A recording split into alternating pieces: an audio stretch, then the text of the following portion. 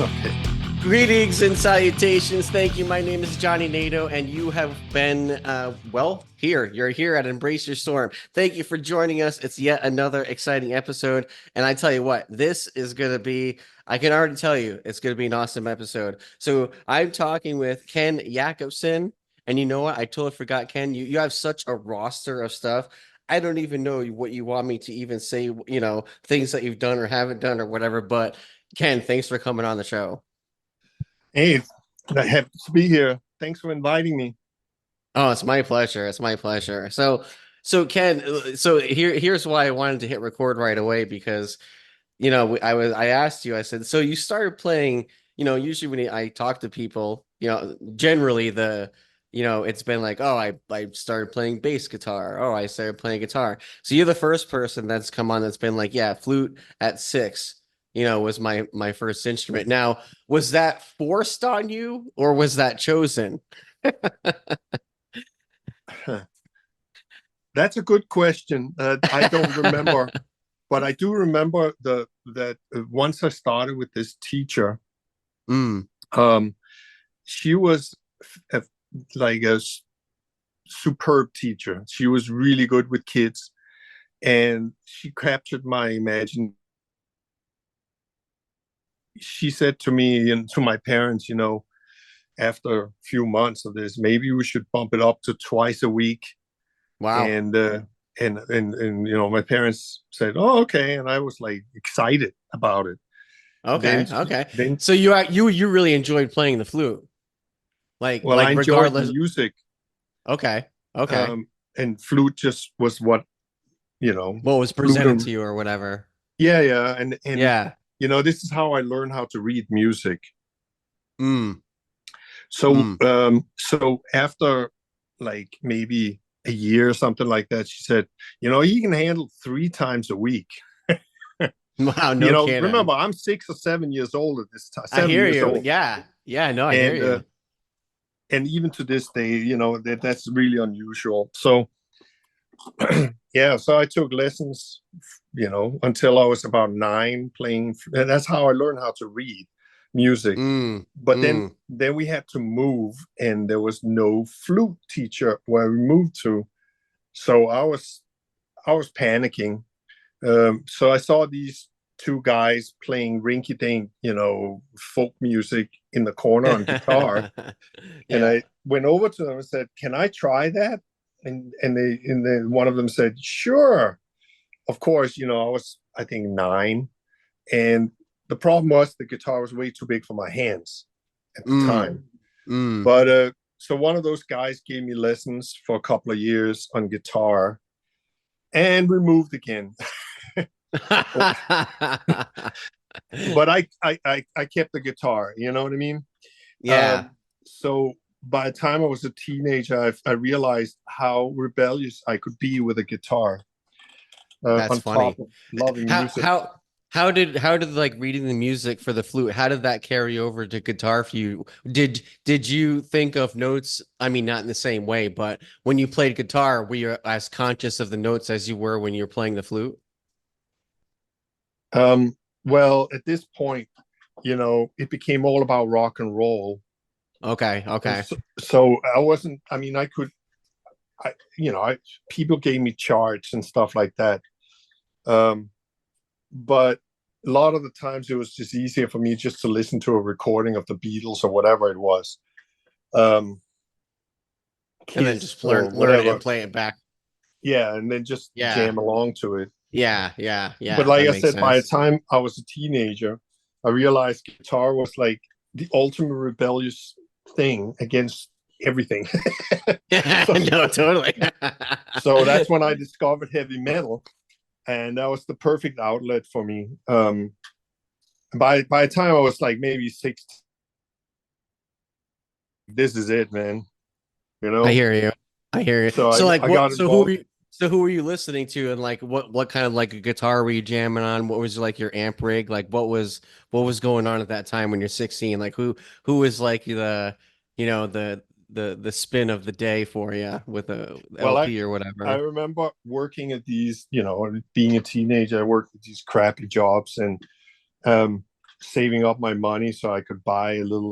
Bought this little 50 watt, 60 watt, whatever it was, an orange cube amp, which was very popular Mm, back then, mm, and mm. an electric guitar. And the first one, electric guitar, it was unplayable. So they so I had to they get all rid of are. it. Every first guitar has to be unplayable. That's like the rule. Well, it was unplayable because it was broken. Oh, Um, geez. the neck was warped and the electronics wasn't working right. Oh, So man. so to this day, I have a real sore spot for that because I always say to teachers, you know what, you cannot give a kid an unplayable guitar because it'll just turn them off to music. Oh, yeah, no, exactly. Like if he can't even, you can't if the instrument doesn't even agree with you, then that's a no-go out of the gate. You know what I mean? Yeah, it's Like, the worst thing you can do because yeah, it just becomes an uphill fight, you know. yeah. and Because it and it already is anyways, because you're doing something you've never done before. You know what I mean? Right, because there's a million things that are pulling, especially nowadays. There's a million things that will pull the attention away from playing music. Yeah, Uh, no, totally, totally. so I'm So what was your first playable guitar then? Yeah. So I Do, got do this you Cort guitar, uh, okay. and which was black first and foremost. That was the most important thing, and Absolutely. and it had a whammy bar on it, which was That's the really next most important thing. and it could stay in tune. And I regret to this day selling that thing because it would have been fun, No, I hear you. I have quite a few relic from guitars. the I past. I have But quite a then, few guitars. I say that about myself. so that but it's funny because Cort nowadays are very good guitars, but back then they weren't. Um, That's funny. yeah, that was really funny. So when I was in high school, I played that guitar throughout my high school years. So I said to my parents, when I graduate, I want two guitars as a graduation gift, one custom guitar and one Les Paul. Wow, man. Okay. And they agreed if I Were graduated. they buying that? So that was really cool. So I actually, Oh, did I lose you, Ken? and the funny thing, but this is back in the day. So the Gibson, it wasn't like it is now where they were super expensive. Back then, Oh, I think, and it's a '69 custom, which is like a super coveted thing, and it was like $300 back then, something crazy. It was nothing. Of course, I had modified, but anyway, so by the time I was towards my end of my high school, things got really serious musically. I was in a band. We were going to the studio.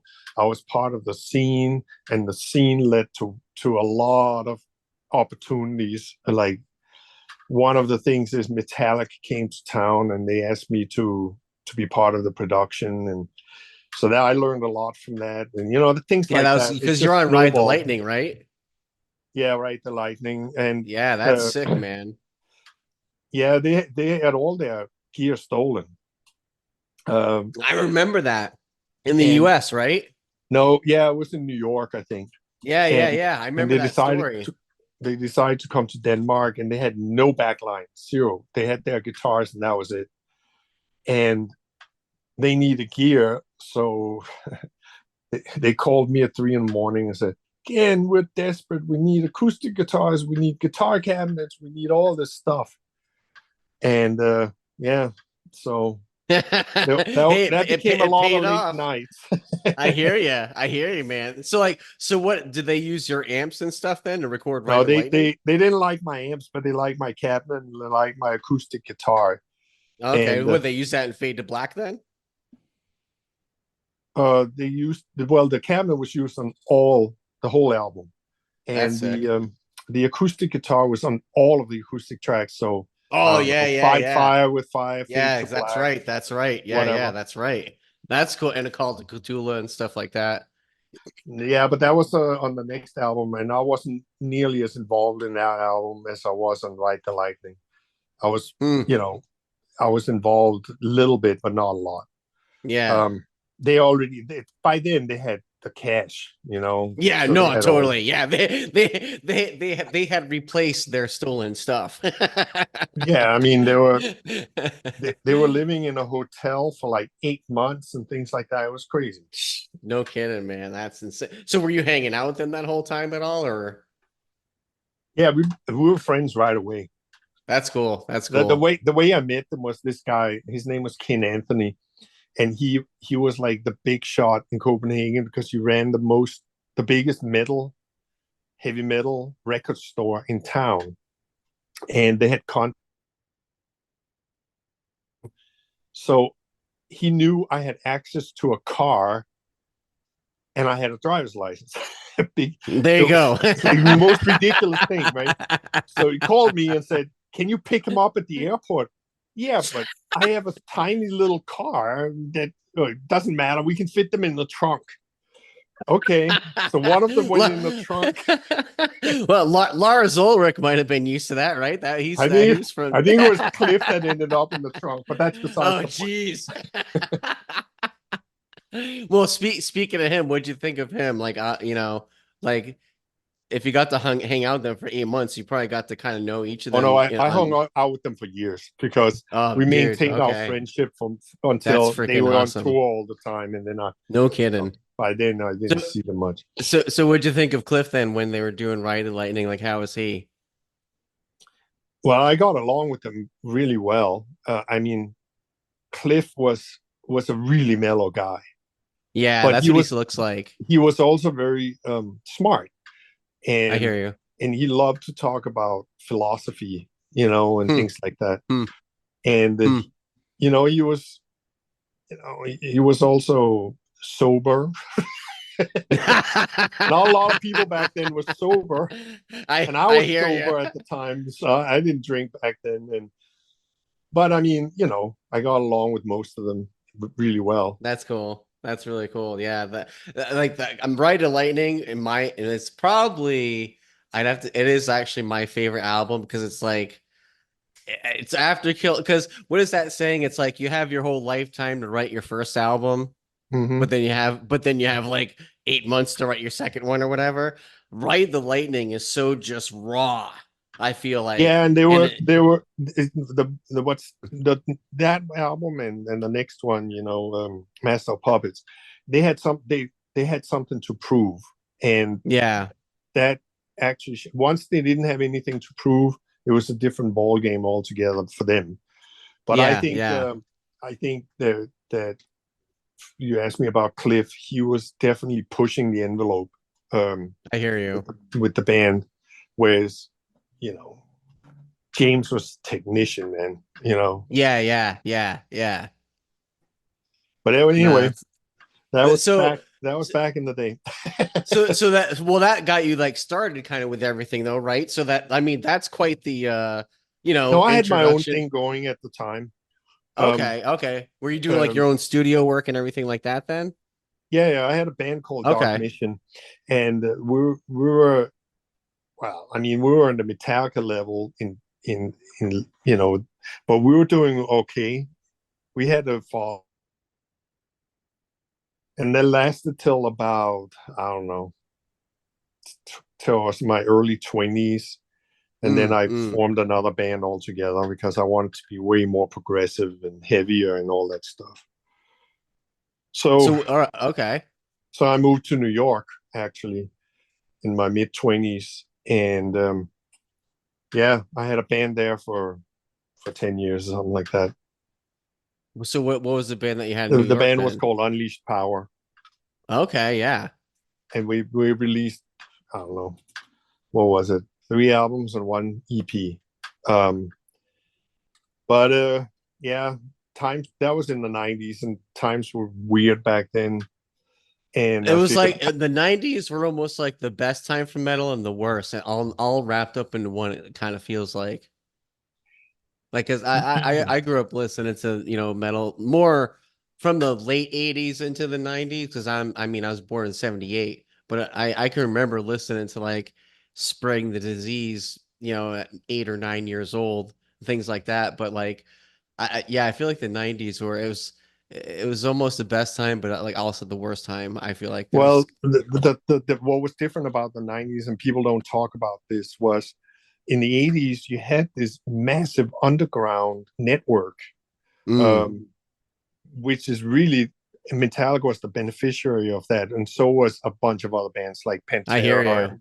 Yeah, and yeah, Anthrax or Slayer and all those bands. yeah. But All the tape trading and stuff that was going on. in the 90s, that got diluted. So, and then came the internet, you know, Mm, and mm. it kind of changed that whole dynamic and became less personal. Although I have to say, once the internet got aboard, um, it was very funny. I had all these teenage fans of my band, and I get this. So one of those fans in the 90s, the internet fans, he became a web designer when he grew up, and he's still my web designer. That's freaking awesome. That's what's so funny about that. It became really personal. That whole, and that's what's lacking today, I think, more than anything. I hear you. Yeah, because But again, I grew up in the 90s, like being in bands and being in heavy metal bands, booking shows. And I was right in the midst of all that. The tape trading and stuff was still going on. There's a lot of kind of like underground zines that you'd have to mail your demos to, and they'll review your exactly, tape, and all that stuff. So, like, and it yeah, would I did. pass around, and things would happen on their own. Um, Right. No, I hear you. I hear you. Yeah, I'm not in a band. I mean, I haven't been in a band in quite a while, but like part of me wishes it was like this back then, but I don't know. I don't know how I would, you know what I'm saying? Because like it's like a double-edged sword. It's like you have all this access. So what's stopping you? Well, what's stopping me is I have all this access. You know what I mean? It's like like where do I start or how do yeah, I, time is the you know what I mean? biggest enemy, I think, Absolutely. because you can spend your entire time. But even back then, it's like you had to kind of balance how much time you wanted to, uh, you know, interact with all of this stuff. And once you got tapped into it, though, it was a lot of fun. But even into the 2000s. But then, what happened with me was that, it was always an uphill struggle, right? Financially, especially. But Mm, mm. um, I just, like I told you earlier, that before you started the podcast, that what keeps my engine going is that I need to learn something all the time. I Or hear you. Yeah. and one of the things is, I felt like, okay, I need to go in a little bit different direction by the 90s, late 90s. Uh, and I figured, you know what? I'm going to go back to school and get a formal degree in music. Huh, no kidding. Yeah, so that's what I did. So I got accepted into a prestigious conservatory in New York City, called Mannes College of Music. And, I was really flattered that this heavy metal dude could get in Right?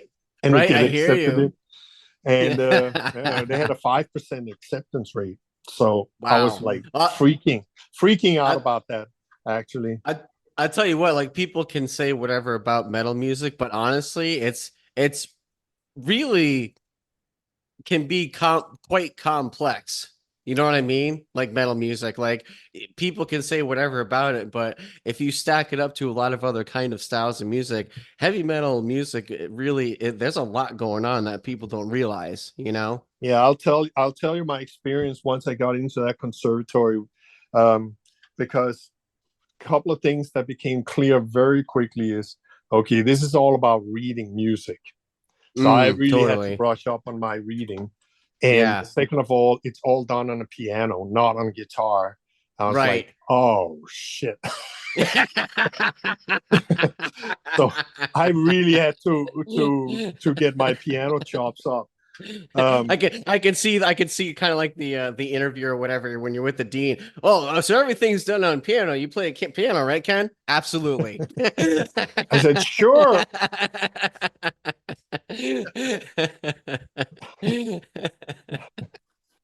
but what I realized, speaking of what you just mentioned, circling back to what you mentioned about how heavy metal, where it fits in. I mean, Into the like almost it's a classical rhythmic thing music. more than Yeah. anything. It when I came in there, that there was a lot of things that I had issues with. Obviously, I was behind most other people in certain areas because I hadn't been doing it for a while, and Right. I wasn't trained in that way for the longest time. But one of the things that I was trained in was rhythmically, and I felt like it was like night and day above rhythmically of what they were doing there. And Mm. also, it was very easy for me to transition to avant-garde music, um, harsh music, if you know what I mean. Yeah. It Yeah. was Yeah. not, No, and totally. most people, and that was the biggest problem for most people. What was really difficult for me was dictation, where you listen to something, you have to write it down because Absolutely. I Yeah. had absolutely no training in that. So that became like the biggest focus point. Um, but it was amazing how easy the theory and all that technical stuff came to me because I don't know. I've been listening to classical and I was trained in flute young age and Right. all that Right. stuff. Yeah. It just came together at this point. And Hmm. so once I graduated from college and got my degree, it took me maybe a couple of years before I could really adapt again to the entertainment industry. And that's when I got more and more involved in scoring for various things like video games and film and TV and all that stuff. And then what happens, and here's the most ironic thing of all, as I'm going through this entire thing with scoring film and video games and all that, there's a person that came to me, we need some sports music, and you play guitar in heavy metal, right? I say, yeah, but I'm a little rusty. So can you combine those two, orchestral with guitar? I said, sure, but this is going to be for video games. And I said, and I looked at what they had. You get these spec sheets where Yeah. you get the what this is the music is supposed to do, and Right. Right. and I look at it and said, this is not video game music. This is sports music. So I said, you know what? I'm going to ignore the video game part of it and just focus on sports. That turned into be a gold mine to me for a long No time, kidding. No uh, kidding. especially with other major league sports, even baseball. And so they used my music a lot in those things. So I was on Oh, that like at the track for a stadiums while. and stuff, you mean when they're playing like No, songs in no, between? no. A lot of it is being used. Let's say, give you an example. So I remember this was a very exciting thing that happened. I was watching. I think it was the Los Angeles Dodgers won the the World Like, Series. I think maybe 10 years ago or something like that. Maybe less. Um, and I was watching the game, and when when the game ended, they have this stat sheet coming up where they show how many hits, how many runs, how yeah, many yeah, errors and all that kind of stuff. yeah. And there's music playing behind it. And that was my music. And Dude, that's sick. but that's just one example. I mean, I've Yeah, seen it yeah, many times. yeah. It was there was for a long Yeah, time there you was must be like, wait a second, that riff sounds familiar. well, I got a call in the middle of it from one of my composer friends and said, dude, he said, did you watch the World Series? I said, yes, but right now my music is playing in the World Series. He says, what the fuck? I just muted the TV. I can swear on this show, right? Oh yeah, yeah, no, totally, dude, totally, yeah. No, that's funny though. I mean, honestly, since you're talking about that right now, scoring stuff for like music, TV, not music, for film, TV, things like that. That's actually can be quite a lucrative thing for people like musicians. Well, If like you I know, if said, you, everything is an uphill battle. So, you know, the the amount of stuff that you got to have on TV, in order to make a decent living, that's a lot. It's a lot. Yeah. Well, I mean, Um, it's I guess it's just a I'll different give you an approach, right? example. I'll give you Instead an of like example of gig. this, because you asked that question. So there was a show on the NHL channel, I think it was, which is like a minor channel, Yeah. right now they went all digital, so it's even less than it was back when there was cable. But there was something called the NHL channel, and they had highlights running pretty much Like 24/7 or 16 whatever. hours a day Yeah. or something like that, right? Yeah. The rest of it was Right. filled up with a couple of games, 2 or 3 games, and some pro player profiles and all that kind of stuff. But Yeah. with these highlight shows, they for 10 years, my music was using those highlight shows every day, and there was reruns every day. So every day they would show the same highlight show maybe Mm, 4 or 5 times, and maybe 10 times a day sometimes. Tracks in each one of those episodes, and every day I would make a quarter. That's how much lucrative there is in that. So at the end of the day, I'm make a few $100 a month on that, right? mm. So I wouldn't say it's lucrative, but at the same time, the more you have out there, the it starts adding Right, up. right. Yeah, yeah, it's just kind of like a different I shouldn't have said lucrative, but more of a different stream or avenue for Yeah, and musicians people to, people in this industry always kind of merge business with the creative process, which is a mistake because the creative process is so different than the business. And hmm, I have a couple of, like, I don't know, I wouldn't say rules, but pointers in my back of my head all the time is the more you have out there, the more chance of you having a lucrative business, if you want to call it that. So I hear it's that. I about hear that. the business side is very much about quantity and luck, whereas creativity is not about luck and quantity, right? So Mm, so that whole process of being in a mode is something that I talk a lot about, actually, to if somebody that's new to the business. I say you got to find a way where you can switch modes and understand what mode you're in, because if you start merging these things, then it's going to pollute everything.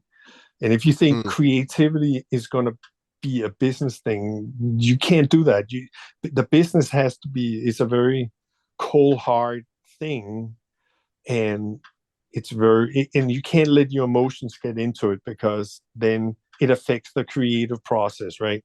Creative mm. process in music is a very free, chaotic, um, kind of intellectual at times. Other times it's very emotional. Mm, But mm. you got to let it flow, whereas the business is got to be cold hard facts. Your emotions I hear can't it. be in Yeah, I there. get that. Yeah. How are you going to do those things at the same time? So this idea of multitasking is just not a thing, So for me. so so then when did so since like you're kind of saying putting all different kinds of things out there, you were mentioning earlier how you're like a total gearhead, which I love because I'm the same way. If you're a guitar player, I'm assuming, especially heavy metal guitar player, I'm assuming you're like me and lots of other heavy metal guitar players where we're constantly chasing the perfect guitar tone, right? Yeah, and I Is and I'm going to say that I'm going to say it there. You're acquiring a superpower, uh, because it's surprising to me little people how little time people invest in actually learning gear, um, mm, because, as we're tone chasers, right? right, So right. chasing a tone, once you learn how to do it, you have a superpower, because it translates to almost every aspect of our industry. That is why I see a lot of ex metal guitar players becoming producers and Yeah, no, engineers, and totally. Absolutely. Absolutely. I mean, I think I have to say though, I have to give shout out to synth players because they are the same way, but in a different way. You know, Yeah, no, like totally. serious synth players, they also go down this rabbit hole, but then what they come away with is similar to what metal guitar players come over, No, rock absolutely. players come away with. Um, Yeah. because they're also chasing and dialing and constantly fiddling, like the rest of us. Although my fiddling days are becoming less and less, thank God. So like what were like the things like what were you early on like a gearhead like back in the right like I mean it sounds like back in the Red Lightning days you were right you had cabinets and all this stuff. I mean it seems like you're already into tons of gear at that Well, point, at right? that point, I was just excited to be in a studio, and I took every opportunity I could to get into a recording studio. Mm, Back then, because I found it incredibly fascinating. So I mm, latched mm. on to. There were more bands than Metallica, and and I ended up helping a lot of other bands and or at various capacities, from producer just to being a tech or whatever. Um, but that lasted a long time until I said, I gotta have my own studio because it's just ridiculous. And the funny thing is, it's a lifetime journey. So only in the past, I would say, 10 years. Um, it's funny because I'm gravitating towards the same things over and over. And I try Mm. all these things, and I'm like, no, there's the sound, and I'm like, get all excited about it that I love and whatever. So and that's one of the things about my YouTube channel, which has become a thing lately, is that I get a chance to try all these extremely high end Like and studio gear and stuff. yeah, headphones that are $4,000 and speakers that are Man. 15,000 Yeah, I hear ya. lore, Yeah. and microphones, whatever it is, outboard gear and software and all that stuff. And it's it's becoming a very uh once your ears are dialed into something like that, you just hear the same thing over and over in a lot of ways. For I example, hear what you're people saying. always ask me what's better. Software is so much better because it's more convenient. Yeah, but it's the same thing over and over. It takes more time, and it doesn't quite have the dimensional sound that, let's say between tube amps and modelers or whatever.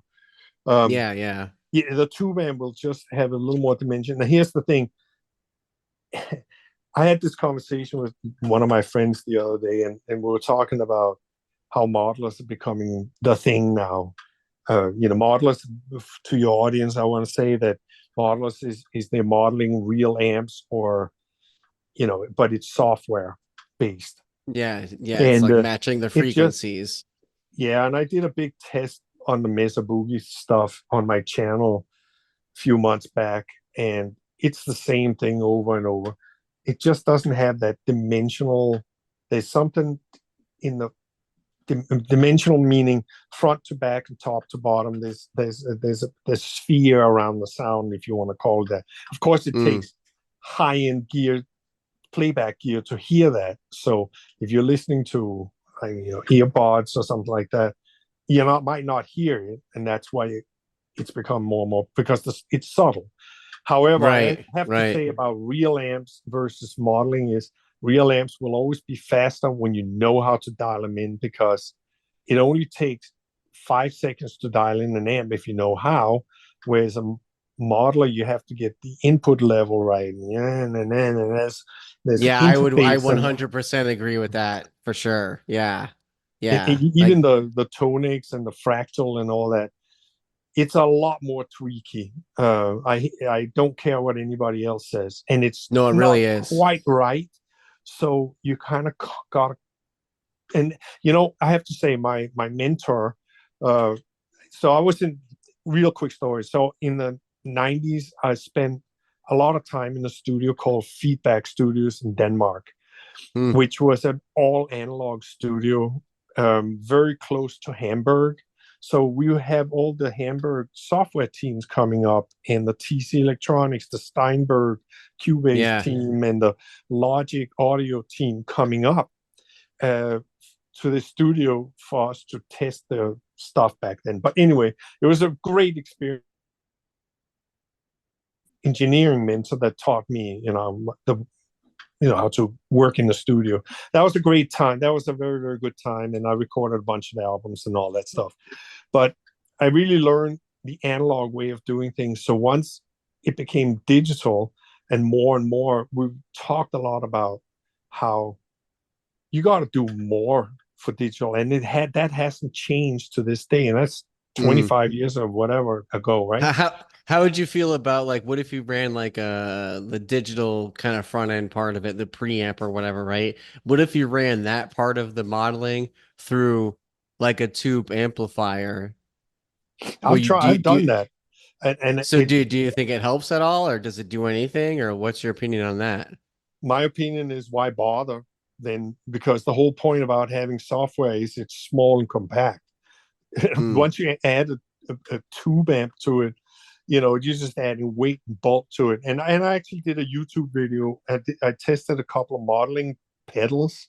One Mm. was from TC Electronic, and the other one I forgot what it was, from Noise Engineer. I've done it quite a few times, and to me, it doesn't help. Why Yeah. bother? Uh, it, Yeah. because you're losing the advantage of the software part of it. And as a matter of fact, I would say it's better the other way around, having a two preamplifier or something going into a modeled amp. That's better. Um, Huh. that it gives you a lot more than the other way around. And That's interesting. I've done this many times. It's the same thing every time, and I just do it on my YouTube channel just to eliminate these variables. Um, for example, So I did do a. Oh, go ahead. I was gonna say, do you have like a favorite tube amp that you currently use at all? Like, do you do jam it? I Like, have is I there? have a handful of favorite tube amps. Oh no, I got involved with Bogner amplification Oh yeah, because yeah. they're local here, so I'm only 20-minute drive from them, I actually and they've have a been Bogner cabinet. super help. Yeah, they've been super helpful, and they lend me gear all the time, That's cool. and I have an endorsement deal with them now, and That's stuff like cool. that. And so I'm able to get their cabinets and amps and stuff like that. And I was one of the first ones to try this new Ultra amp that they made for really aggressive metal, and the Pandora XC, and those are probably two of my favorite amps. They are Yeah, just those are sick. because there's a lot of music to me. Even the clean, the crunch, there's no weakness there. But then again, I'm me, and I gravitate towards a certain sound. So I have, and I have a Road King for dual rectifier by Mesa Boogie Yeah, that for yeah. some reason is sounds way better than the average. Dual Um, rectifier. yeah, it's way quieter. It's super quiet, even with full on gain on it. It's really Interesting. bizarre. And that thing is being used a lot. And I also have a Mark V that I use quite a bit. That's cool. And I also have a little bit of a relationship with Friedman application, although I'm not crazy. I'm not crazy about the amps because I'm not a big Marshall guy to begin with, but you modified one of my old Marshalls, back in the day. Uh, that was why Metallica didn't like it so much, but I modified it, and that's also one of my favorite amps. So yeah, I have a few amps here, maybe Yeah, 12 I amps. can't remember what band I saw a few years ago, but I saw them like do their sound check and I was like, dude, what kind of amp are you using? He's like a Friedman. And I was like, wow, that thing sounds wicked heavy. I was like, I've Oh, never yeah. heard those, but I never really, heard. I mean, I know the guy from Alice in Chains plays one of them, but I just never really heard anyone else use them. I was like, dude, Oh, that's a they're great. sick amp. They're great amps, but it's not. You know, I don't gravitate towards that kind of sound. Yeah, It's yeah, yeah, yeah. very much like a Marshall. Uh, But even like a though heavier I have Marshall, a in my few opinion. Marshalls here, but Marshall is, I don't know. It's just not my thing.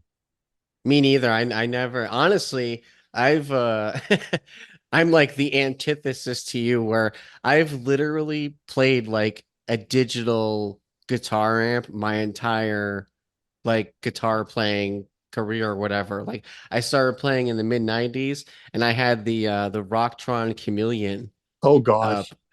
preamp. I had that so way back then. And then I like used the Johnson Millennium amp made by Digitech for a while. Oh Then yeah. I didn't play then I I didn't play remember all guitar. those. Yeah, then I didn't play guitar for a long time, which is sad. But then when I picked guitar back up, I ended up picking up like an 11 rack just to kind of like use it as the Rocktron Chameleon a little bit. And I Yeah. messed with that for a little while. But yeah, I've always just I know I actually owned a Marshall 25th anniversary amp for a little while. That was really the only sort of regular, tube amp I ever owned. Yeah, I mean, when it comes to modeling, I've tried them all too. The Axe effects Yeah, yeah. and it to me they're it's always the same thing. It's like the same problems, the same benefits and all that. Right now of my mod, I use the Tonix mainly right now, um, because I Yeah, I find it. saw that one. That one just kind of came out, right? Ish, a little like not too long Yeah, I ago. was testing Yeah. the Mesa Boogie. They wanted me to. The company called. I talked to them and said, you know what? Let me compare it to the real amp. And of course, you can get close as always, but Right. it takes a lot more effort. Yeah, no, it, absolutely. Like it just does. I mean, it really does. if you want easy, then get a real amp. I know, I I hate mean to you're say, right, because the dials are right there and just whoop, bass, mid, you know what but I you got to mean? do it Like, in the software first and then upload it to it. That's the key to the Tonix. You want to dial it in on the software, and you're dealing with yeah. latency and all that stuff. But you dial in on the software, and then you upload it, and then you have the sound in your pedal, and Hmm. then of course at that point it's way easier than a real amp, especially if you sample your real amp and stuff like Oh, that. does the Tonex let you do that? Yeah, like Okay, the okay. what is that called, The quad cortex quad and cortex. Only yeah. What only the Tonix is way scaled down in a lot of ways. okay, Um, okay. but the software is where it's at with most, even with the Helix and the fractal stuff. It's always in the software. If you don't do it in the It software, really is. and Yeah. then it's all depends on who you are. If I was touring a lot, I wouldn't use a real amp on tour. Why bother? No, I hear you But just plug this in, you go in the front of the house, boom, you're done. You know what I but mean? if I'm in the studio, Right. especially when you're doing scoring and stuff like that, I dial in my amps for specific purposes and just leave it. Mm, And then when I need that sound, all I have to do is turn on the amp and just play that sound, and I'm that's done. true. Hmm. Um, but and with modeling stuff, you have to. Well, it's not quite right, and then you back to the tweaky stuff. Tweaky No, is yeah, a like time that. consuming affair, and when you're under the gun on a deadline, that's not fun. That's Yeah, the worst thing. no, I You hear want to you. Like literally the preset of my amp is called Tone Demon. That's the name of my preset. Because you're just constantly like tweaking it. It's just like, oh, it's almost there. What if I add this like, parametric equalizer? Oh, wait, you know what I mean? Like, well, there's something I have to say this, because I'm old school in the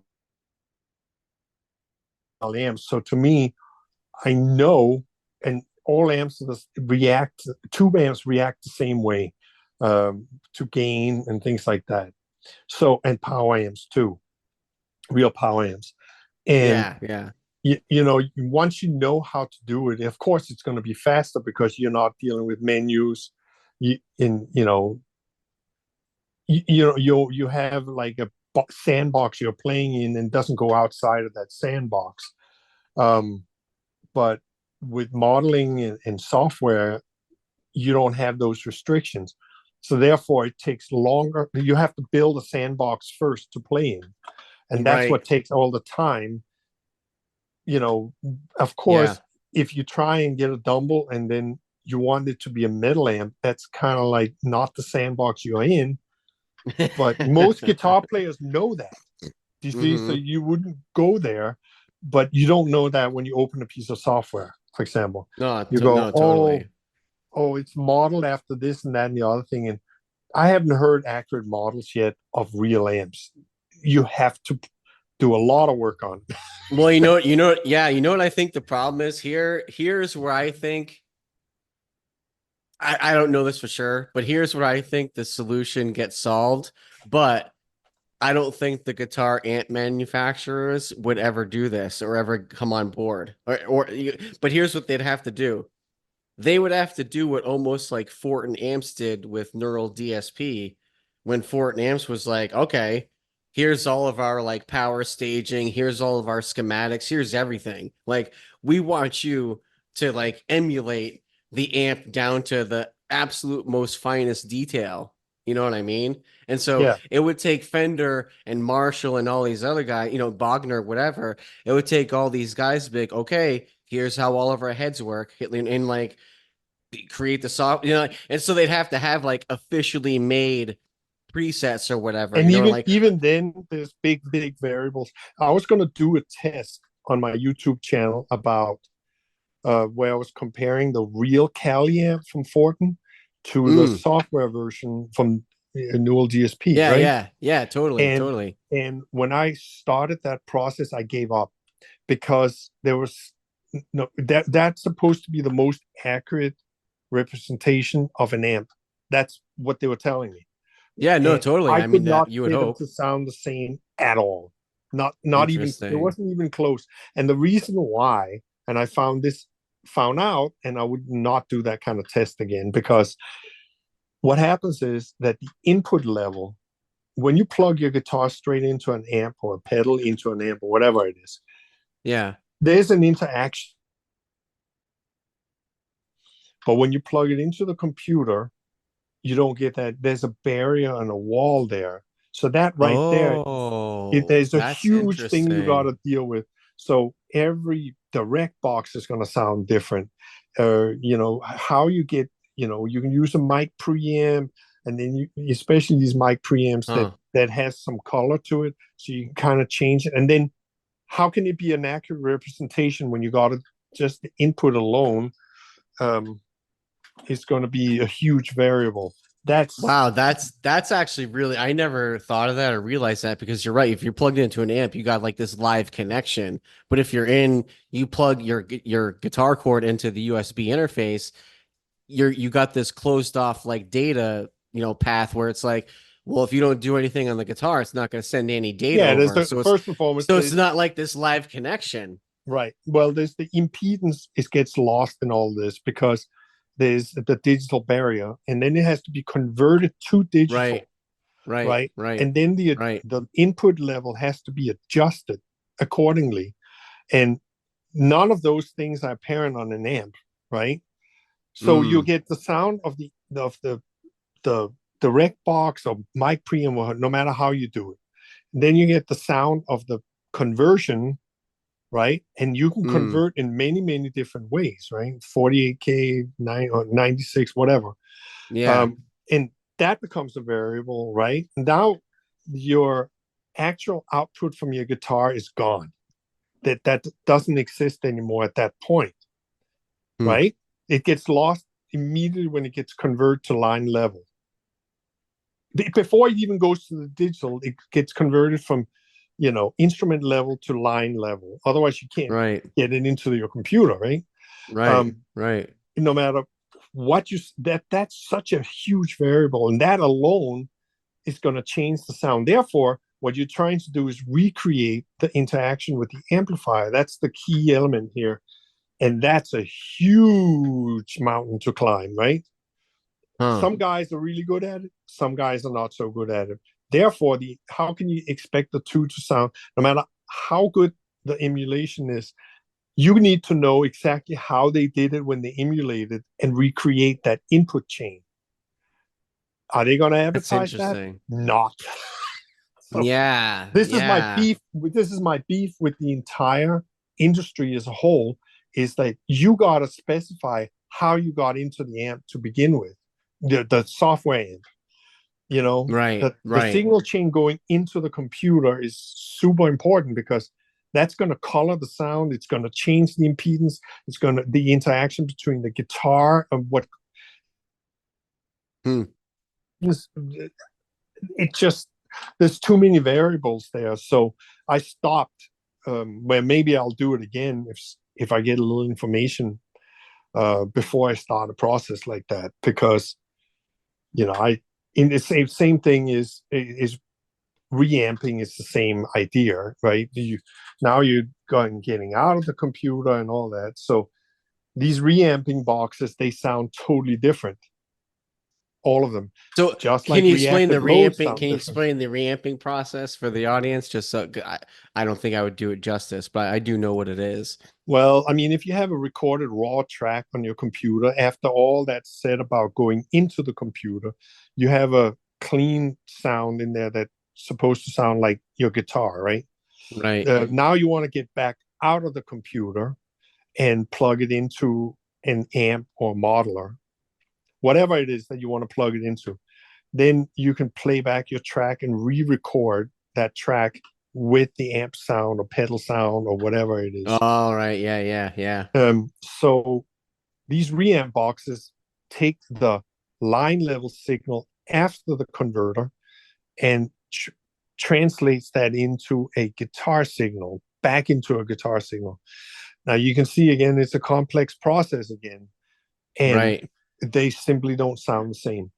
So the closest I've found was, let's see, what is it called?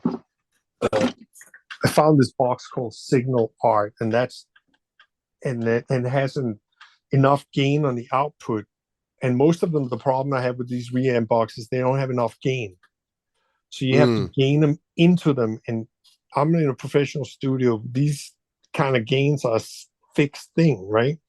Right. So you need some kind of volume control on the out there to make sure. And then you have to know what the amp sounds like to begin with. You can get close though, but there's something What lost in translation again. What were some of your what were one of your favorite albums you engineer produced on or whatever? Like, did you kind of pull out any techniques and the dudes in the band were like, dude, that's sick, that's awesome, man, like or whatever? Like, did you? Is there anything that jumps out at you? From when I was in the studio and stuff like that. Yeah, if you when you're like engineering for Well, other metal, James albums James and really stuff. showed the way when it came to quad track or more a guitar. Mm, mm. How tight you actually have to, because he's super tight on his rhythm guitar. Um, so he taught me how to double track That's cool. guitars. That's Um, cool. uh, let's say Diamond Daryl, he was really good at being consistent. I believe that. He was very so I we were talking about that back in the day, how it's all in the right hand, being consistent, and you gotta know that feeling and just Mm, stick with it. And mm, that's one mm. thing, and the other thing is Andy LaRock, from King Diamond. Yeah, yeah, oh yeah. He was. We were talking back in the day, and he taught me how not to be afraid of technology, try things. You know, That's cool. That's um, cool. just like stick a chorus pedal on it, but that's going to mush up the sound. Yeah, so what if you need a mushy sound? That kind of thing. Right, yeah, yeah, yeah. Yeah. um, things like that. That's just three things that come to mind. I do remember vocalists because I'm not a singer, learning how to record vocals. It's it's a very emotional thing, and I Mm. and a lot of the singers that I work with, I learn very quickly. It's all about comfort zone, making them feel comfortable, not making them feel self-conscious. You know, So then, because did you work on any you want King them in Diamond and out. album? You don't want them hanging around. Yeah. Did you work on any King Diamond albums then? Yes, I did. Oh man, which ones were you on? Oh gosh, I Or don't should I say remember. which ones weren't you on? No, no, no. It was of something portrait. I forgot. Oh yeah, yeah, yeah. Yep. Uh, oh God, I I think was on a Abigail's few. portrait or I, Fatal Portrait or something like that. yeah, Abigail. Yeah, yeah, that was one of them. I don't remember. It's a Yeah, blur it was to a me. while ago. Yeah, it was a while, but yeah, that's pretty sick. Like, Yeah. so did like, but like, so during any of the recording times that you're in though, like, did you pull out any like new techniques or something? Like when you're recording, did you kind of figure out a trick to like get some kind of a sound or get some, You know what I learned the tone or most about whatever? just being a fly on the wall in all these sessions is Mm, I learned how dynamics work, mm, for a performer and the engineer and the producer, and I mm, learned how to what the difference is between being a good producer and a bad producer, for example, or a good engineer and a bad engineer, because crap happens all the time, bad totally. things, and that can ruin the vibe all the time. It could be equipment failure, it could be a girlfriend making a scene or whatever it is. That But right. Yeah, no, but totally. but one of the things I learned is that, um, they are the serious guys and then they're not serious guys. They are the party guys and then they are the doers, right? Right, And totally. and they got to be handled very, very differently. And very often, um, especially for drummers and in metal guitar players, because you can only go so long before you run out of steam, and you got to know when to take breaks and to Yeah, refuel. And yeah, food becomes a very important thing. yeah, Uh, totally. and you can't stop and then run out and get food. And when you're on a session, you got to set that kind of stuff up in advance, or you're going to be very sorry. Um, the Mm. other thing is, I remember doing a session in New York one time, and there was there was two studios, three studios, I don't remember, and I was in there just to lay down some rhythm guitar tracks, and there were these hip hop guys, and they have an entourage, and I mean an entourage, right? Yeah, And I realized how bad that is for somebody, a doer, like yeah, somebody that's in totally, there focused, totally. and you just got to get the job done, and you got to be motivated, you got to be physically in shape, and then you have a million people running around you every time you got to go to the bathroom. You got to stand there and wait for the bathroom because they have this massive. And that was, that was something I learned. Like, ooh, I can see why they need all this emotional support, but it doesn't help everybody else that's in the studio. It becomes a Right, no, hindrance. totally, Uh, totally. so that's one experience. I was like, oh my gosh, why all these people here? Right. And you got to watch your gear and you can't leave it out. And it was just became like problems that you didn't expect, Mm, mm. and constantly somebody walks into the wrong studio, interrupts you, and blah blah blah. Anyway, that was back in the day. Well, Now I but do it then in you my so studio. yeah, I was just gonna say, so like you kind of swinging back around to like having your YouTube channel and everything. So like, how like consistent do you put out like videos? Are you always doing kind of like review videos? Like, what other kinds of videos are you posting? Well, when I started out the video, I was doing a lot of educationals too. Mm, Um, mm. and in the past year, I just constantly get gear in that I have to review. Okay, After my channel got monetized, it just became more and more about reviewing, and that's kind of what makes the money. I hear you. Uh, No, totally, and totally. it's very flattering that you get this gear in. Right now, I'm reviewing and here's a funny story about this. So I made the NAM show, which is the big trade show for Absolutely, yeah. gear. Um, Yep. I ran into a guy from my lab, which is a microphone company, And I remember them from back in the day. All the studios when I grew up had a MyLab mic. So it was really interesting to revisit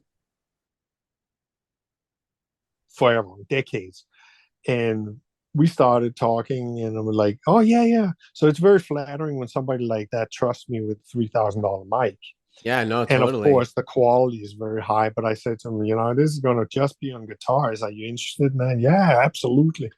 So, okay, fine. So that's That's what I'm cool. doing right That's now. cool.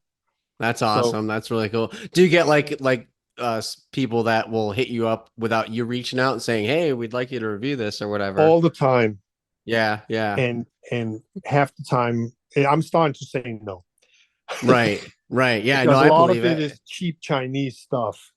Okay. Oh yeah, yeah. Although I have to say, one of the most popular videos was this very, very cheap, I think it's like $80, like this little combo amp from India, solid state thing, made for, Like kids and stuff practicing and like that. stuff. Yeah, yeah. Um, and that's become one of the most popular video, I guess, because there are a lot of people in India. But um, the thing That's is funny. about it was very good, and for $80, it's shocking. Yeah, Shocking like that you of the what you can get quality for of it. $80. Yeah, Yeah, it was yeah, no, I hear ridiculous. you. I Yeah. was like blown away by it, and I was like, "Oh, I got to take this thing seriously."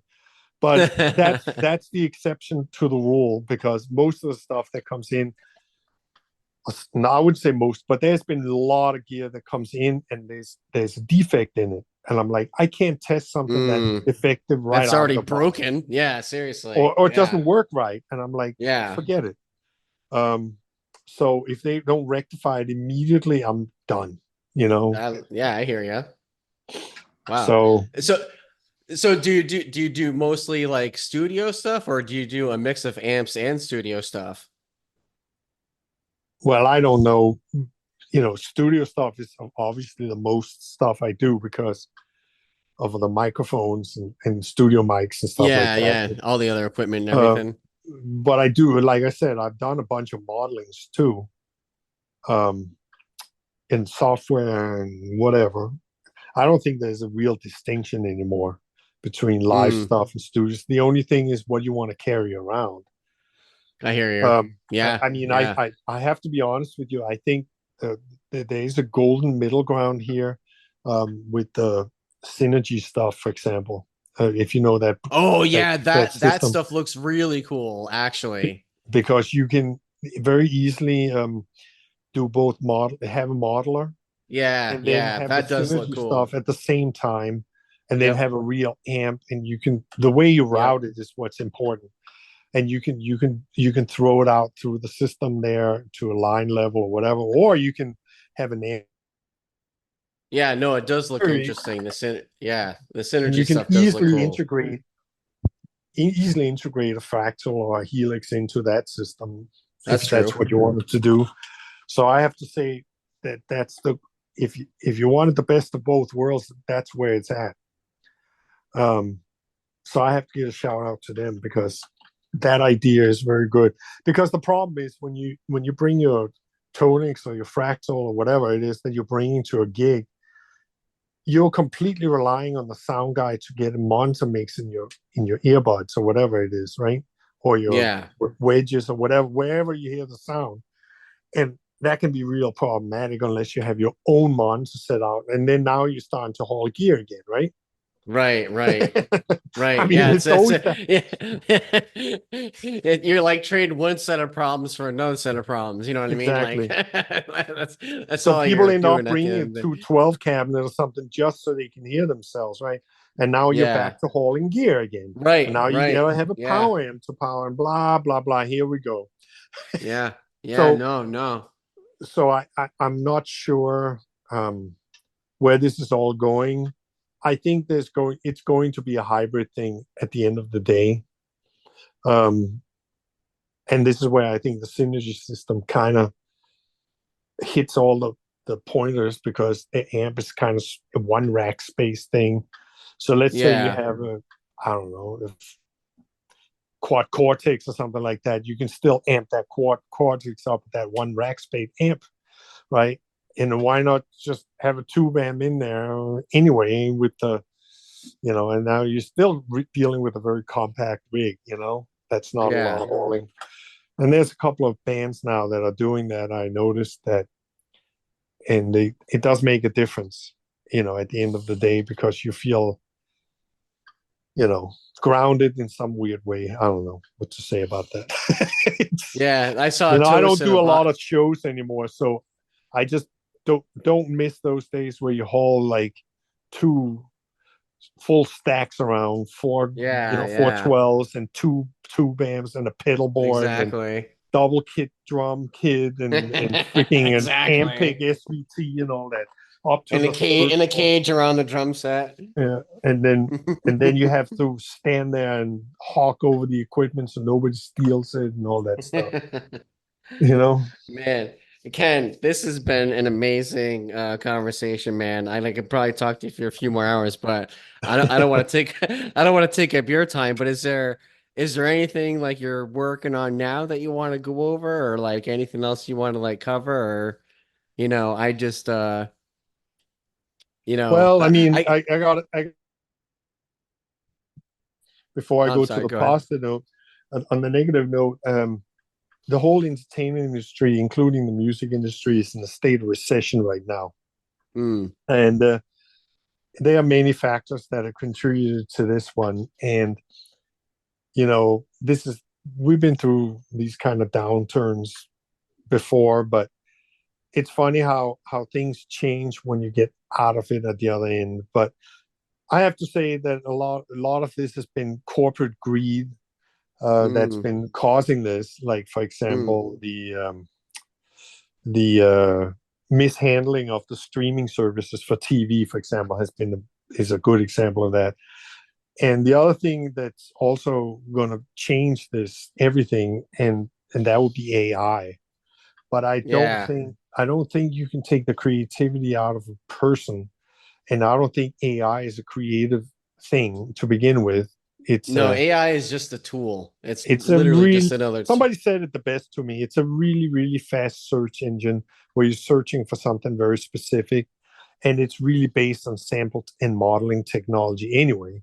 So exactly. it's not like it's not this ooh ah thing. It's just, you know, I don't know. Yeah. We'll That's why see. I I say it's mean, a tool. Yeah. but if you're going to rely on that, that's no longer a creative thing. So I just want to say, bring those two things up. Once we get out of this recession, um, we've always had these fights with copyright issues where people are stealing. Mm. I remember back in the day, you put out one cassette tape. If you send, and the joke was, if you send one demo tape to to to Southeast Asia, you're gonna have at least 10,000 fans. Because everyone's copying the tape, Yeah. right? So Yeah. so that would be one thing. But on a positive note, creativity doesn't die and music won't go away. And there's been, studying all this music from before recorded era, so 17, 18, 1900s. You Mm, know, it, mm. it it's just the only thing that changes the technology really and the style of music, or the style I hear you. fashion changes, right? So, Yeah, yeah. but I don't think the spirit of the heart changes, and that's the good news. No, And absolutely. and and Absolutely. and you want to stick around for 30 years in this business, you got to develop a little bit of a hard edge to you. Yeah, I you believe can't that let too. things you can't let things get to you. And it's up and down, and finances are always going to be an issue. So But I get guess I guess how, if doing what you love, or I have to having that accept creative that. outlet helps.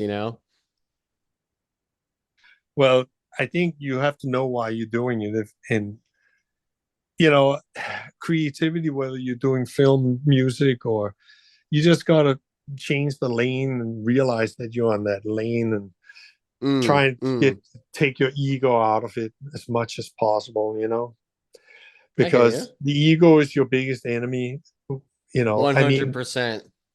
I think it's been the cause of many downfall, whether it's it's on a creative level, on personal level, or Yeah, and absolutely. then this insecurity that all these creative people have has also, you got to know how to manage that. Otherwise, you're basically going to die because you're going to start Yeah. drinking and doing drugs, not sleeping right, not eating right, being around bad people that know how to feed your ego.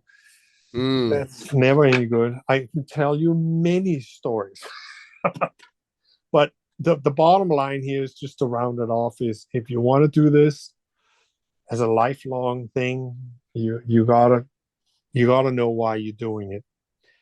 That helps a lot. And absolutely. and Absolutely. and don't think you sound better when you're drunk or stoned. You don't. That right there might be how you end the show. But Ken, I thank you so much for your time, man, that you gave me your time. It's really Yeah, I love appreciated. I love it, and maybe we can do this another time. I was just gonna ask, I'd love to have you on another time because like I said, I feel I could talk to you for hours. So, I'd love to hear more of your thoughts too on, just what are your other, ideas of the industry and stuff. But yeah, thank you so much for coming on. And I'm sure someone has been inspired by something that you said to get I out there hope so. and start creating. So Yeah, start creating, because that's yeah, how you know what you're going to be doing, exactly. and Exactly. and So and get better all the time. That's the other thing. yeah, Don't rest that's on up. your laurels ever. Yeah, that's what I like that you said is always be learning. That's what I'm always doing. I feel like I'm always learning about a new topic, a new subject, something, you And I know? have to You always, say, when something comes out of the speakers or your earphones or cans or whatever it is you're listening to, that should be inspiring to you. mm, mm, It should mm. always inspire you when you listen to something. You I can't hear be you. criticizing it. You just take it for what it is and move on. I like that. That's really good. Yeah. Again, Ken, I appreciate your time. Like I said, we're definitely going to stay in touch.